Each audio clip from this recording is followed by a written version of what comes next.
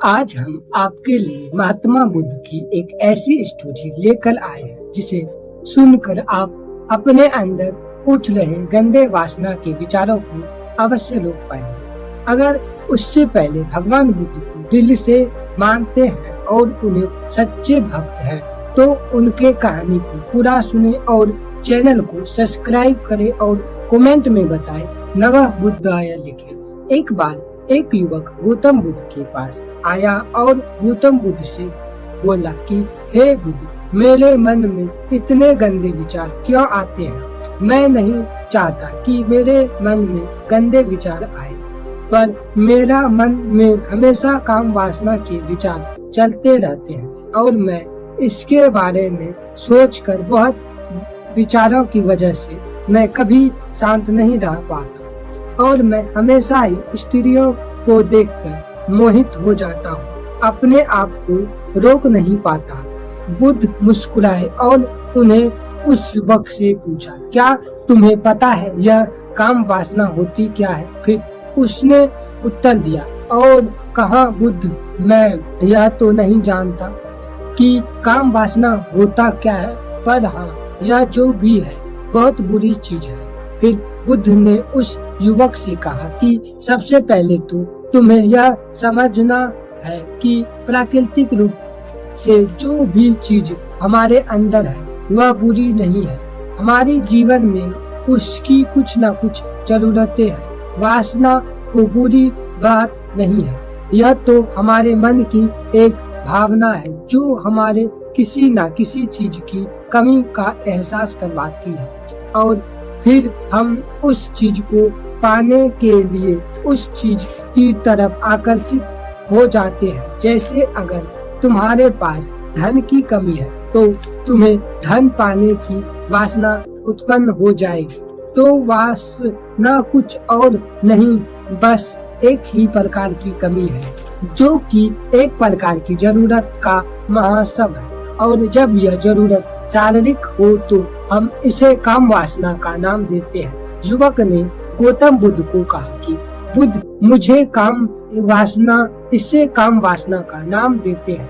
युवक ने गौतम बुद्ध को कहा कि बुद्ध, मुझे काम वासना का मतलब तो समझ में आ गया, पर आप मुझे यह बता सकते हैं कि आती कहाँ से है और कैसे आती है? गौतम बुद्ध ने कहा कि काम वासना कहीं से आती नहीं है, ये तो हमारे अंदर ही होती है और इसके होना बहुत जरूरी है, तभी तो मानव जाति का विस्तार होगा।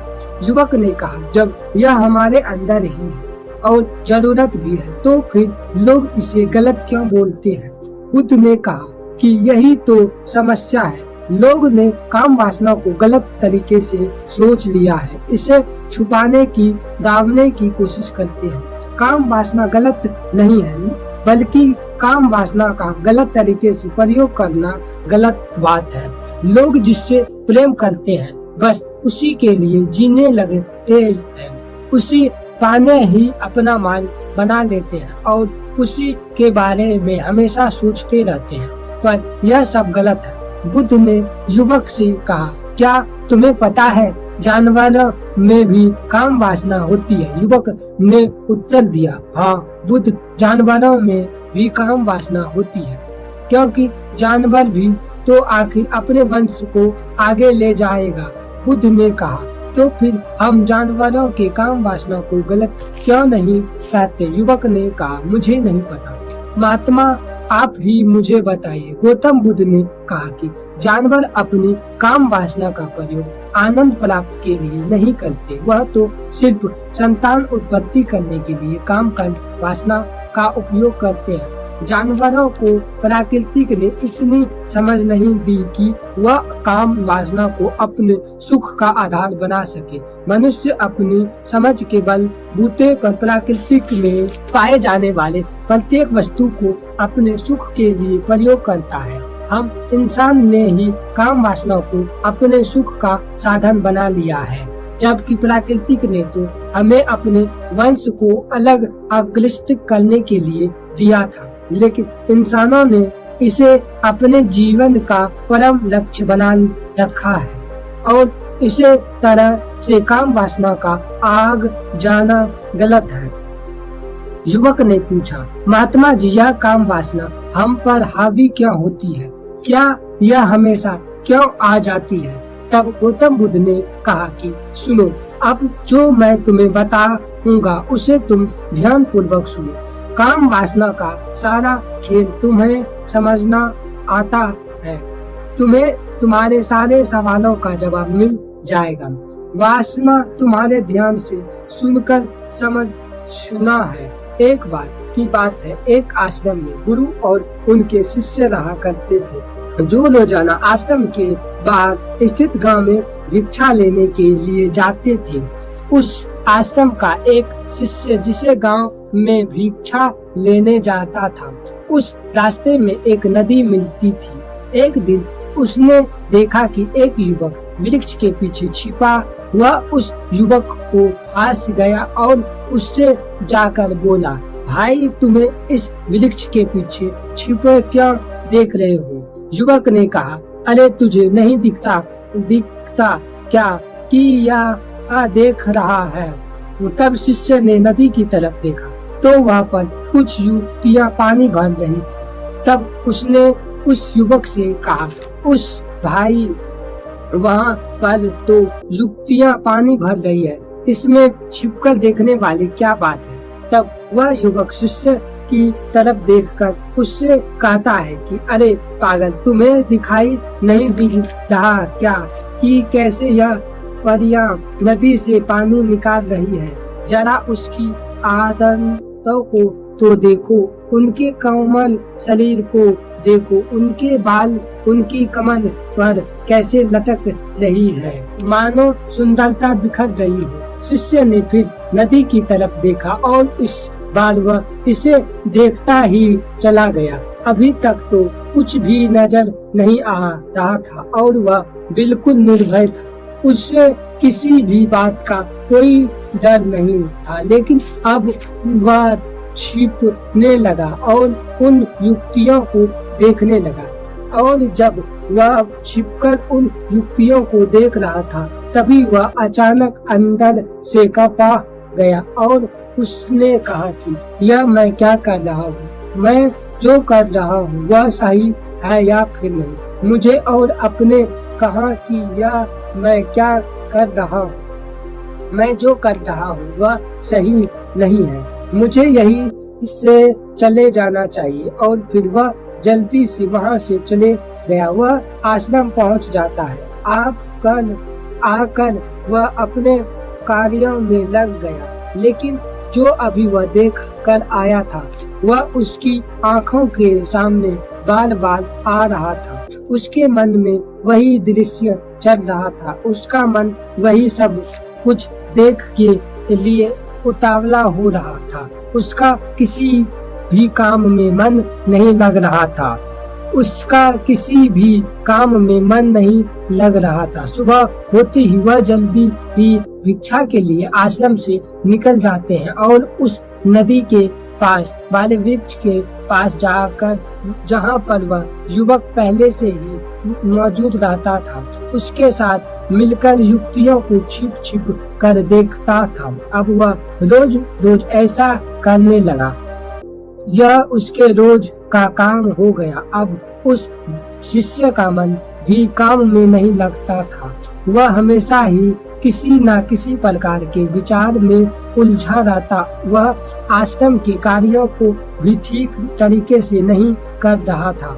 वह ठीक से पता था ना वह ठीक से खा पाता था। उसका मन बेचैन सा रहता था। उसका मन बार बार उसी युक्तियों के सौंदर्य को देखने के लिए ललचाहित होता रहता था। जब जरूरी दीक्षा देता तब भी उसका मन कहीं और विचारों में खोया रहता था। गुरु ने अपने शिष्य के इन हरकतों को भांप लिया था।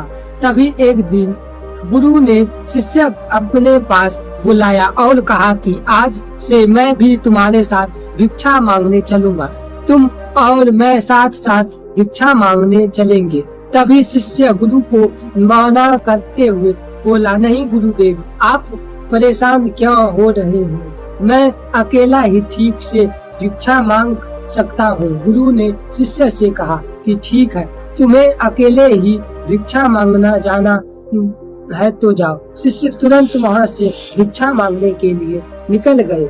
उसके जाने के बाद गुरु भी आश्रम से निकल गया और शिष्य का पीछा करने लगा कि वह कहाँ जाता है और कहाँ नहीं, किससे मिलता है और किससे नहीं। यह सब देखने के लिए उसके पीछे पीछे चले गया।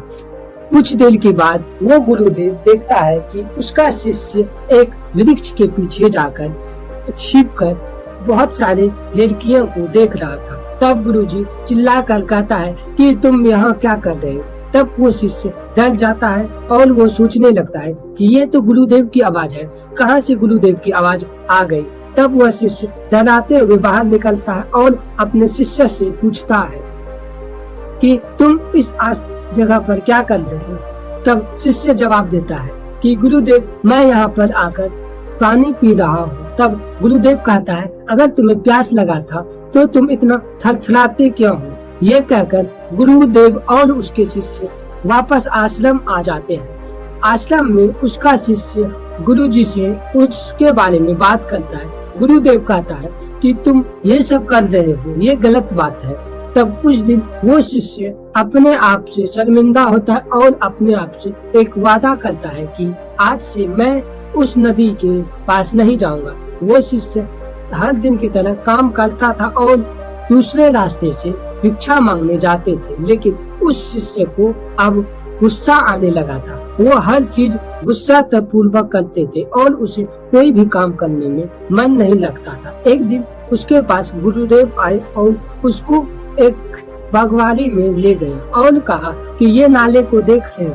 तब शिष्य ने कहा कि जी गुरुदेव, ये नाले पानी पटा रहे हैं। तब गुरुदेव ने कहा कि तुम इस पानी को रोक सकते हो? शिष्य ने कहा जी गुरुदेव, आसानी से। तब वो शिष्य एक पत्थर को लाता है और नाले पे धर देता है। कुछ देर तो ठीक रहता है, पर उसके बाद वो पानी उस पत्थर को पार करते हुए आगे बढ़ जाता है। तब गुरुदेव कहता है कि देखो, ये पानी इस पत्थर को पार कर देता है। तब वो शिष्य कुछ और पत्थर लेके आते हैं, उस नाले को भर देते हैं।